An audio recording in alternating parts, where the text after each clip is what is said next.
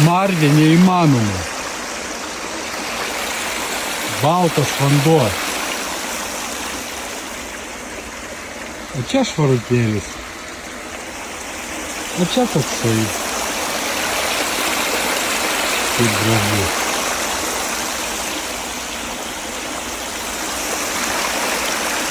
Ir Ribotės upė.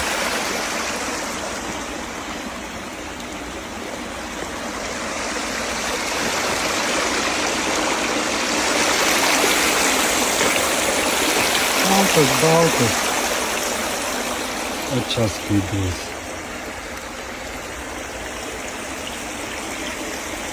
Klausimus, pasiklausom ir bendruomenė, visi esam. Dabar galėtume sulaukti visų išvadų ir kitų dalykų, bet žiūrėk, dėl komunikacijos mes irgi asmeniškai prisiemam savo pareigą daugiau bendrauti, kad tą informaciją gautis. Mes irgi esam prašę, tai įmonė girdim prisiema tai, kad bandys gerinti, taip, jūs sakysit, nepagerins ar panašiai, bet svetame, kad mes čia patys prisiemam, nes tas bendravimas mums svarbus, kad dalintis informaciją tarp institucijų lygmenių ir tarp įmonės. O jau tie kiti dalykai, kurie yra aplinkosauginiai, visi kiti, kur atsakingos institucijos, bendrai nacionalinės, tai mes irgi taip galim taip pat kaip ir jūs, būti pusė ir pasistengti, kontroliuoti, žiūrėti ir panašiai. Tai dabar lauksim terminų, nebent jūs dar turit kažkokių ten klausimų ar direktoriai, ar mums, ar kažkam, tai prašau. Aš turiu paklausti.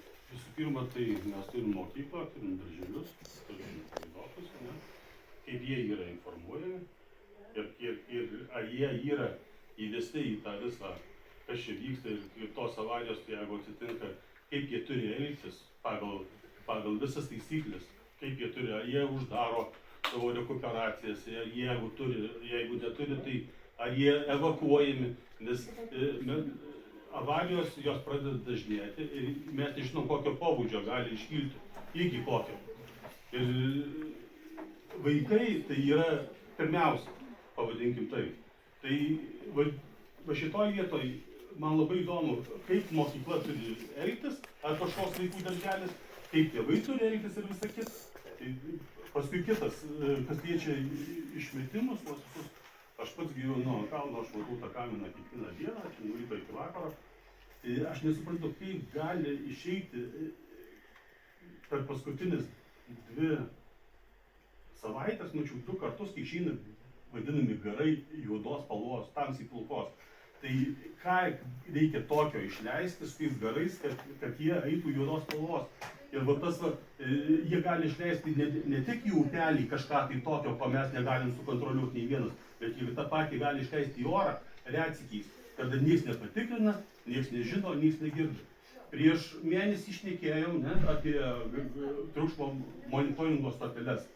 Jūs ką nors aiškinotės, jūs ką nors pradėjote apie tai, kiek tai kainuotų, kaip tai įmanoma padaryti ir visą kitą. Mes įdėginėjom dabar triukšmo mažinimo priemonės, kurias mes pristatėm.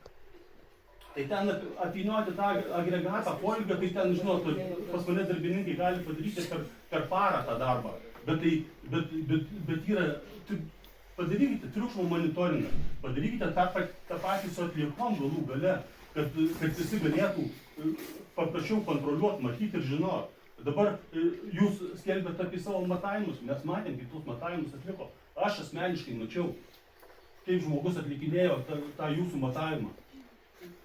Aš pats esu samdęs ne kartą ir ne kartą esu dalyvavęs matavimuose, nes mano tokia kaip ir darbo specifika. Ir suprantat, kai jie eina ten su paprastu rankiniu aparatu atsistoja, pamatuoja, tai čia iš duoto gali kuris gali sinumuoti tą aparatą, kaip pamatuoti ir pasakyti, va mes toj vietoj pamatavom 5 kartus ir čia tos normos tokios ir tokios. Tai yra stacionarūs rimti aparatai, kurie per laiko tarpą nustatytą ima tą triukšmą, kurį paskui sudėlioja normaliai. Ir visą tai susideda, suprantat, ir norisi ta pati komunikacija, tai yra jūsų rankos. Jūs turite dirbti, ne mes turim prašyti kažko tai reikalauti. Jūs turite viską taip pateikti, kad čia nereikėtų visiems sėdėti, kad meras savo brangaus laiko čia nemarinuotų ar aplinkos apsauga, ar mes galų galę, mes visi turim gyvenimą. Bet jūs atėjote gyventi, jūs žinote, kad tai yra labai jautri vieta. ir kad gyventojai visą laiką, mes jau esame socialiai išmokinti, rūšiuot, dėliot, kad nedegit tų pačių lapų galų galė ir visą kitą.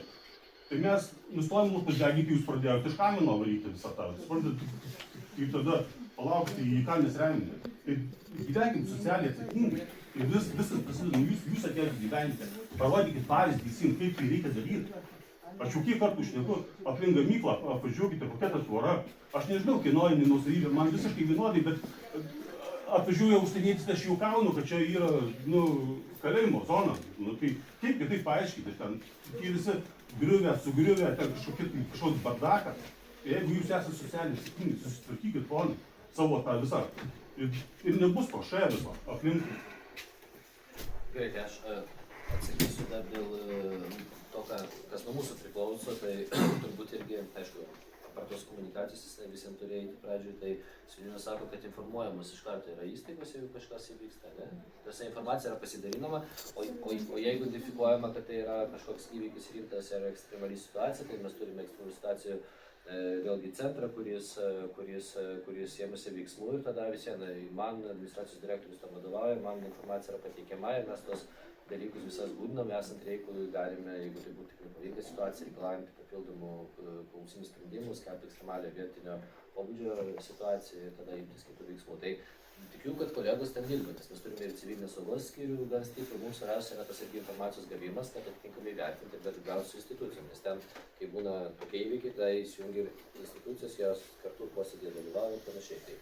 O tas pirminis dalinimasis yra, kiek ten apmokyti yra žmonės informacijos gavimu ar mokyklos, tai reikia pasitiksinti, nes mes esam irgi tokį vieną įvykį čia dar pirminį pagiuosi, kai ten gerai visus sistemus humanitas suveikė, bet per jūsų filmą pranešimų nebuvo ir ten chaosas mokyklų buvo, ne? Ta prasme, kažkoks atsimenu, bet ten kažkaip gerai ten pradėjo eiti, ten tiesiog buvo testuojama kažkas, bet na, to bendravimo iš vis tokia nebuvo, komunikacija nebuvo paleista, visi įsikandė galvo, kad sprogo kažkas, ten iš tikrųjų viskas buvo gerai, tiesiog gerai protestuoti. Tai yra, matom, kaip iš informacijos nepateikimo gimsta kažkoks neigiamas padarinys. Tai čia mes irgi prisėmėm iš savo pusės, nes proaktyviai turime veikti, tas klausimas būtų nuolat fiksuojamas ir sprendžiamas.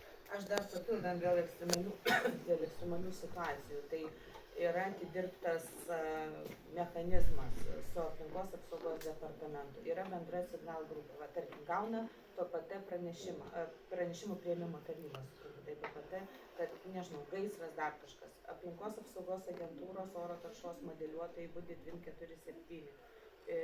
Gavę pranešimą iš PPT daro oro taršos modeliavimą. Nustato zoną, kur yra pagal vyraujančius vėjus, tai minutei, ta prasme, hidrometeorologija, gauna iš hidrometeorologijos tarnybos, į kurią pusę sklinda teršalai. Yra bendra signalo grupė, kur yra pajungti nacionalinio visuomenės sveikatos centro, PAGDO atstovai ir tada nacionalinio visuomenės sveikatos centro atstovai teikia rekomendaciją gyventojams dėl darželių, dėl kitų dalykų, ta prasme, užsidarykit langus, nevaikščiokit lauke, ar ten uždarykit darželius. Aš jums dabar pasakysiu, kaip konkrečiai tai veikia. Pasakot, iš mūsų pagirių gyventojų patirties. Tiesiog čia yra svarbus momentas. Mes netaip dažnai galim pasikalbėti su pareigūnais, kurie iš tikrųjų gražiai pasakoja algoritmą, bet kaip iš tikrųjų tai veikia. Visų pirma, ne kiekvienas mūsų skambutis į pirmosios pagalbos centrą yra nukreipiamas. Ta mes jau supratom praeito susirinkimo metu su policijos atstovais. Todėl, kad jie pateikė statistiką, kuriuo mes jau tarpusavį supratom, kad ten tikrai ne kiekvienas skambutis nueina toliau.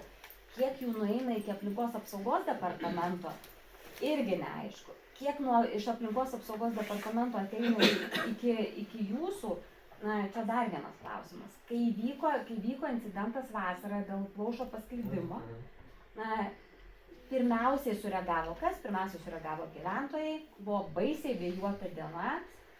Iš valstybinio sveikatos centro pranešimai apie tai, kad užsidaryti langus, incidentas įvyko naktį, o pranešimai užsidaryti langus atėjo kitos dienos vakare.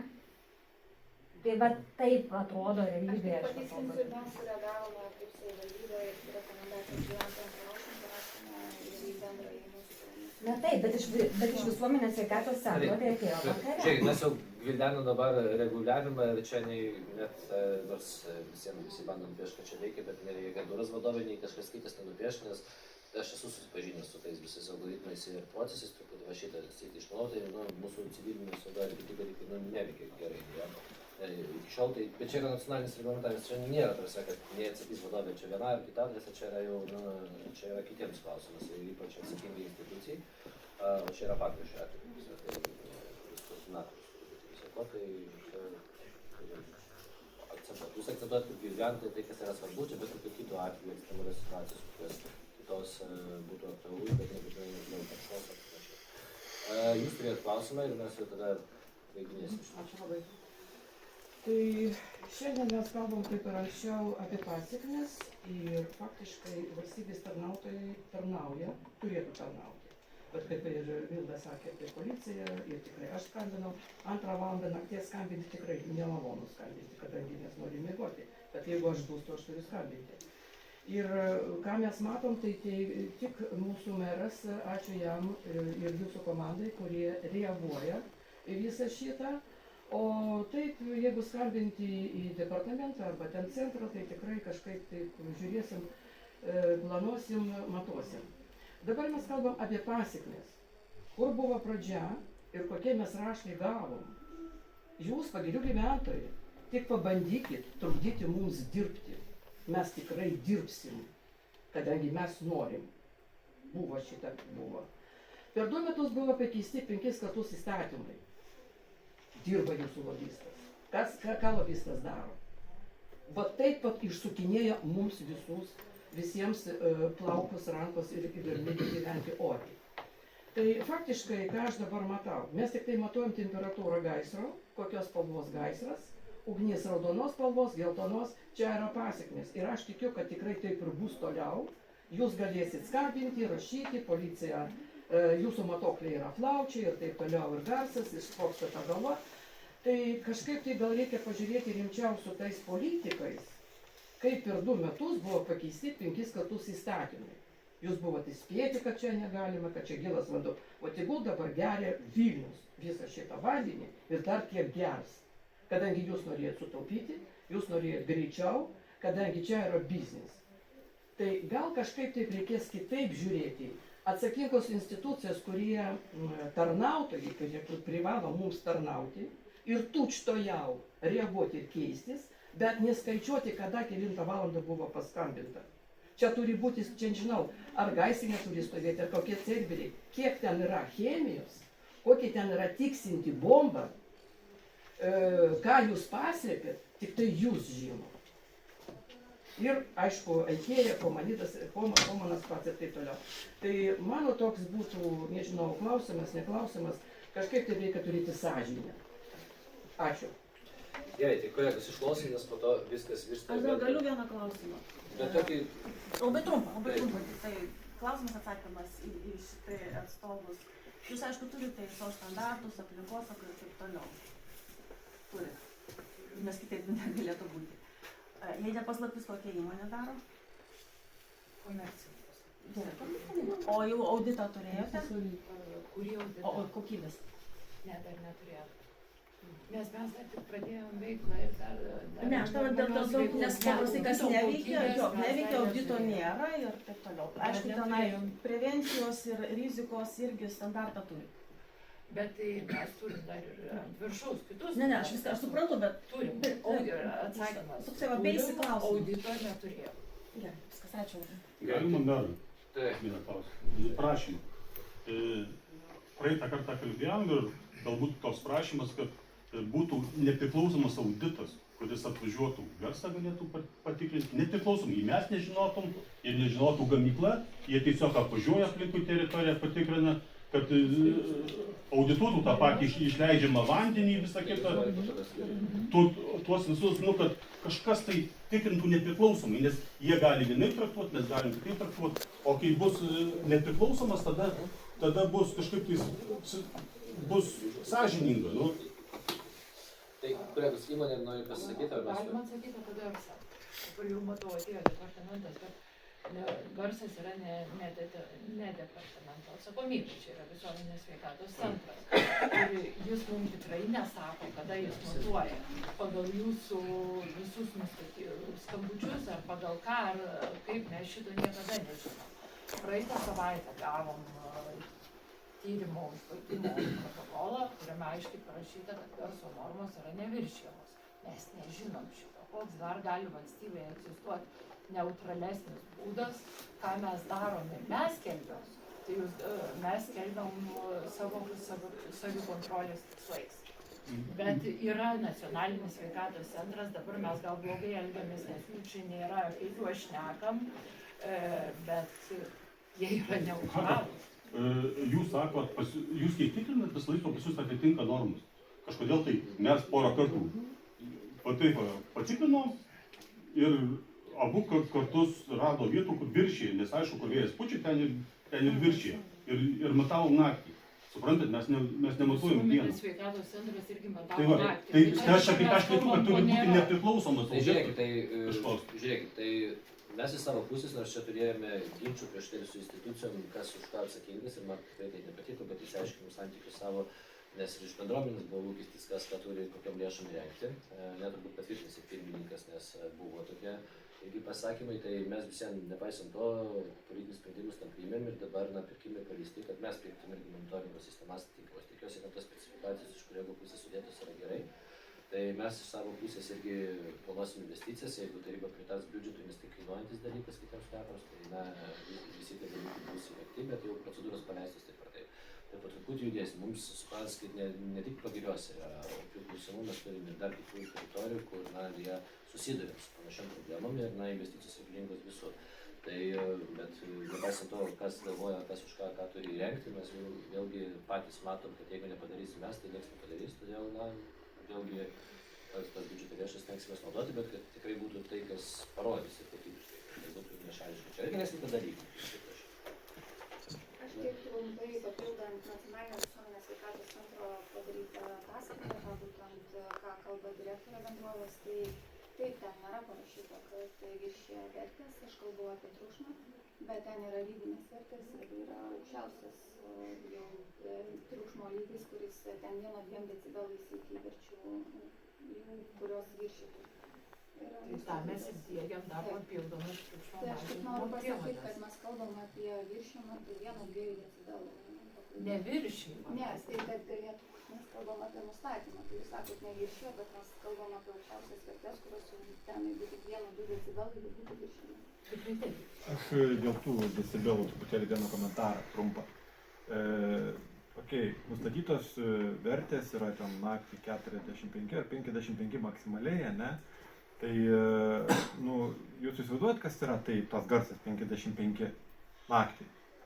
24/7. Tai yra žiauru. Pritariu.